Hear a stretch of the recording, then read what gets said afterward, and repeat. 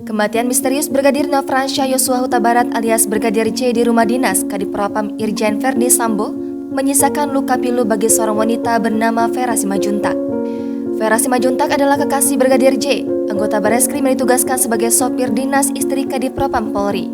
Rajutan hubungan asmara Vera Simajuntak dan Brigadir J sudah terjalin rentang 8 tahun terakhir.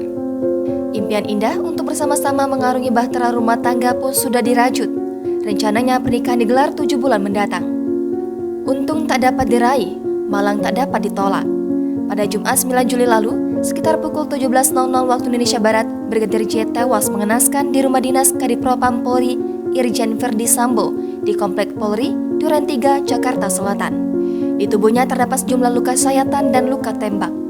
Versi kepolisian, terjadi adu tembak antara Brigadir J versus Baradae di dalam rumah. Adapun sosok Baradae disebut-sebut adalah anggota Korps Brimob yang menjadi ajudan Irjen Verdi. Dari hasil olah TKP, ada 7 proyektil yang dikeluarkan dari Brigadir Yosua dan 5 proyektil dari Baradae. Rohani Simajuntak, bibi Brigadir J mengatakan antara keluarga besarnya dan keluarga besar Vera sudah saling membicarakan pernikahan. Brigadir J mengenal kekasihnya setelah 1 tahun bertugas di Pamenang, Sarolangun. Kepada keluarga, Brigadir J mengaku bakal menikahi Vera setelah naik pangkat menjadi perwira atau sekitar 7 bulan lagi. Vera mengaku akan sabar menunggu hari bahagia itu tiba.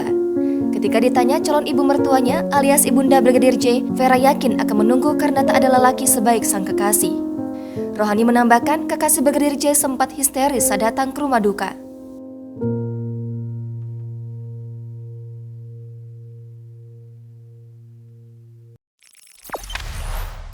Jangan lupa subscribe, share, komen, dan like ya.